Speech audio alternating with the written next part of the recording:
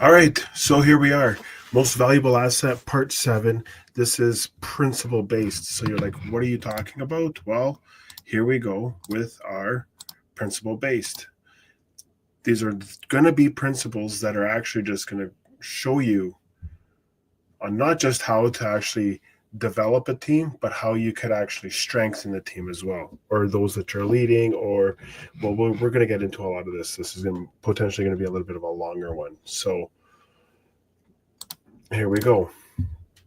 Developing others takes time, and it's going to be a journey. It's not going to come overnight. It's not going to be like, okay, this was great, this happened, and then off you go. As you can see, there's an elderly man with a young boy. This is the way how you develop others. It takes time, not this amount of time, but it will take time. So always look in the positive in people. An example is in the same way when you are looking for something rare, like diamonds. You see, when you mine for diamonds, you're actually having to go through coal. So how much coal do you have to go through, or that you have got to go through in order to find what you're looking for? So in order to find a certain size, a grade, or shape of a diamond, you have to be able to see from here down to here and apply it accordingly, okay? And that's just the way how it's going to work. However, never underestimate the amount of influence you have on someone that reports to you, as well someone that you could also work with. Because if you're looking at things from a horizon, you're going to see things from here, okay? All the information's coming down to me, but then you have influence even up to those that you report to, as well as those that you are horizontally with. And then obviously you're going to have influence with those that report to you, because you're leading them by example, by your actions, not by your words. And so never underestimate the amount of influence you have on someone that reports to you, but also those around you as well. You got to treat them well and work with them. This will start the influence journey that you're seeking, because you're like, okay, well, how do I actually have influence? How can I actually have an impact in this person's life? How can I actually be effective and productive and efficient and effective in whatever I put my hands to in order to make sure that I'm able to accomplish what I want to get accomplished? I cannot do something and not achieve it on my own. It's just that simple. That's why I have a team. So if you're able to lead your team, starting by treating them well, in the sense of, I will give you respect first. And then if you want to betray that, and if you want to destroy that, then there's consequences to pay for that. However, if you're treating them well and you're willing to work through things with them and not punish them and beat them down, I can guarantee you your influence journey is going to far more exceed your expectations, and your reach of influence will exceed those that you think that you're actually achieving this type of impact on. Guaranteed. Developing people skills. You see, you could be worn out, beat up, and thinking, what is going to happen? Well, here's the thing. Successful organizations can move and adapt when the leadership is able to clearly communicate to others in a productive manner, meaning that they can get along with many different types of people. I'm telling you, it is unbelievable what the value of having someone who can not only demonstrate leadership within an organization, within a team, or within a department, and that can actually deal with many different types of people in different backgrounds, different ethnicities, different potential barriers that we face in today's workforce, or even in the community, to show, hey, I'm only here to help you, and let's try and find out solutions and resolve these issues instead of just beating each other up on these realistically small issues. So understanding the skills and experience can be developed over time, dealing with others to get the most out of the worker. It is a very powerful asset and should be considered as the greatest ability when seeking potential leaders within any organization. Well, what does this all mean? If you're literally seeking a potential leader, the far most greatest asset, the most powerful asset, is how they are able to deal with conflict, resolve it, and being able to move through it instead of skills and experience. Hands down. There's no other way that you could actually think that you're going to get from here to there by accident. Never going to happen. Okay, so you got to understand that when you're dealing with others, and to get the most out of a worker, that is the most powerful asset. So if you have that ability, consider yourself a rare commodity. Therefore, dealing with others in a manner that will be productive in the sense of understanding, then seeking solutions is the greatest trait to seek when hiring anyone. You see, if you're trying to deal with someone and you're thinking, how am I able to actually move forward in any way, shape, or form? It is that person's understanding on being solution seeking. That's going to be your most productive asset. Are they solution focused or are they problem focused? Are they proactive? Are they reactive? Are they confused? Or are they clear? It's plain and simple. So keep that in mind. It's kind of like a secret weapon, if you want to call it that. So some of the greatest signs of a potential leader could come in the most unexpected ways. Just like this, as you see, a young runner trying to achieve greatness. However, if that individual that you might see slight potential in is willing to held to be accountable when they have fallen short and made a mistake, this is a very, very strong trait to have, because if you are able to recognize the issue, you are able to produce greatness. Why? Because you're very easily able to identify what went wrong, how it went wrong, why it went wrong, where, when, who, what, where, why. Next thing you know, you're quantum leaping, literally quantum leaping progress. Okay, so they are able to get along with many different types of people. We just kind of went through this, but this is basically one of the things that if things go sideways, they're able to, again, be very proactive in their mindset and solution seeking. So they have a very strong sense of what is the emotional temperament with others. This is also considered interpersonal skills with tone and tact. So what happens is you're dealing with somebody and you have a conflict or you have something happening. But if you have an individual with high interpersonal skills, they're able to feel the tension in the room. They're able to feel things that are able to tell them in advance, just by what is their surroundings, what things are happening. Okay?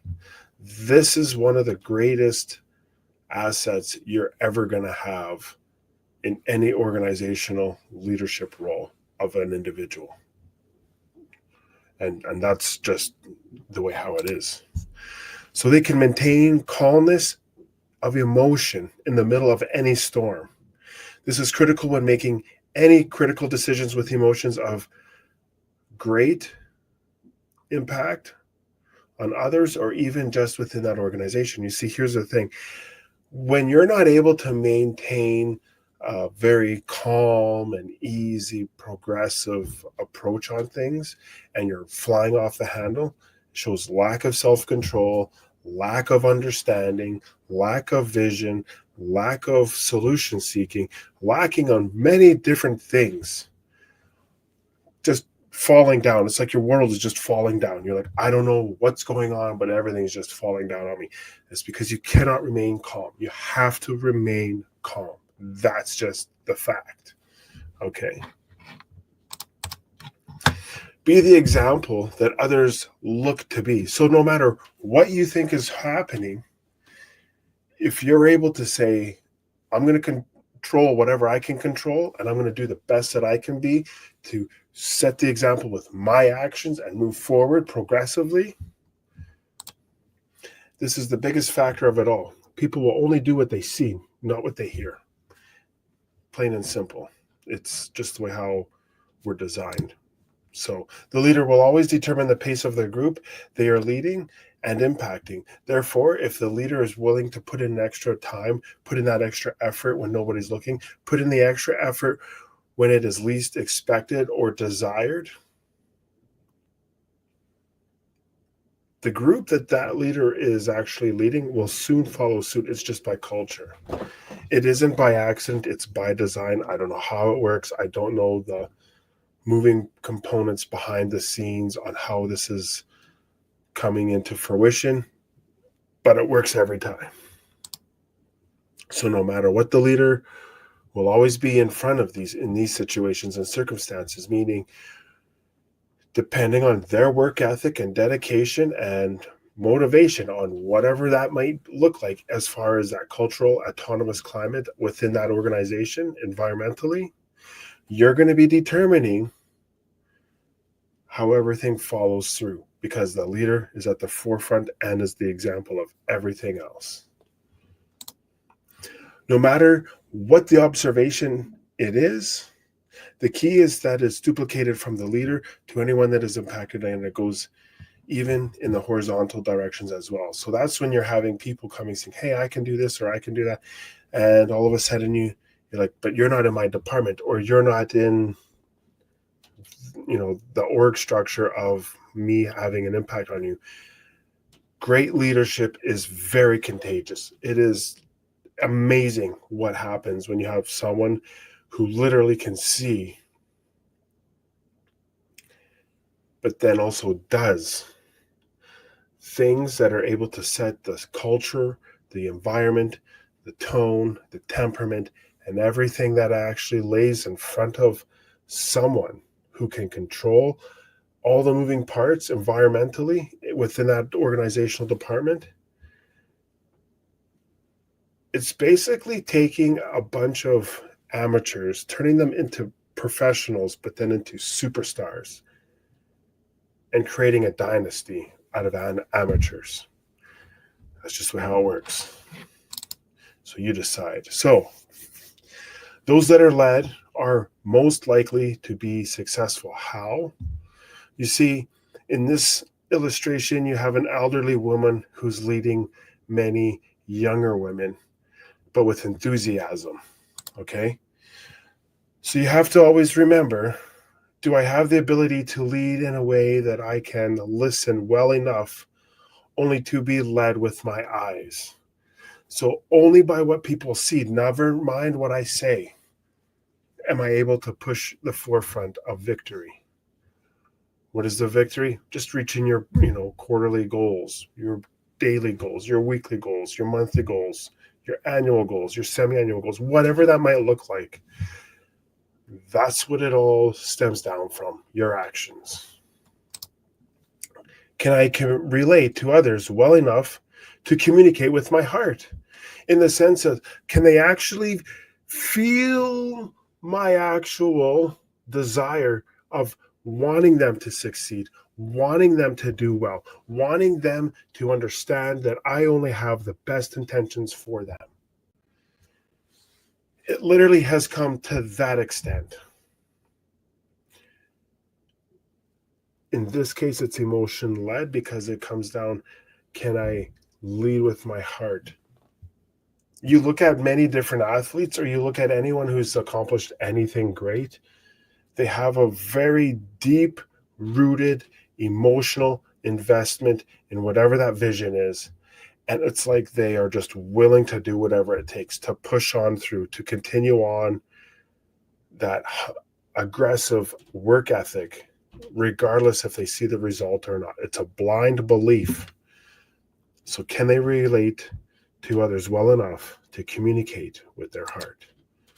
And do I work well enough with others to place tools in their hands, which means basically, am I able to work well enough with others to allow them to have the tools and resources that they need in order to succeed in a very productive and effective manner, which means there's no sidelining, sabotaging, there's no backdoor agendas, there's no nonsense like that. You have to always think positively, but being aware that you could be given unfortunately, that compromised angle.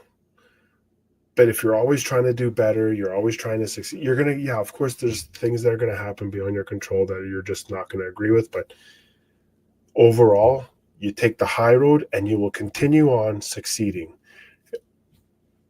It's just a matter of allowing things to not only develop, but to manifest in a way where it's just, if somebody does enough good things will happen, regardless of the storm, regardless of the resistance. If the harder the storm, the longer the resistance, the greater the reward on the end. Create a space where I can, in a positive way, challenge and expand their minds. Can you actually challenge them in a way where they can say, I actually feel very impressed with what's happening and how everything is developing and how everything is moving forward. But I just want to make sure that you know that I see a little bit more potential out of you. Saying things like this is going to do drastic things for that person. Why? Because they're going to feel challenged in a very safe, secure, and productive manner that it's going to challenge and expand their minds. Thinking, yeah, I could probably do things a little bit like this, or I could do things a little bit more like that. And that's where you're going to have greatness. And that's the way you continue on to push forward until next week. We're going to do part 8. Yeah, this is a long journey. I told you this was one of my favorites. And we're going to keep on pushing through this one. So, Most Valuable Asset, part 8, my personal favorite, this whole series. We're going to be back here 8 p.m. Pacific, 11 p.m. Eastern. Until next time, work hard, stay humble,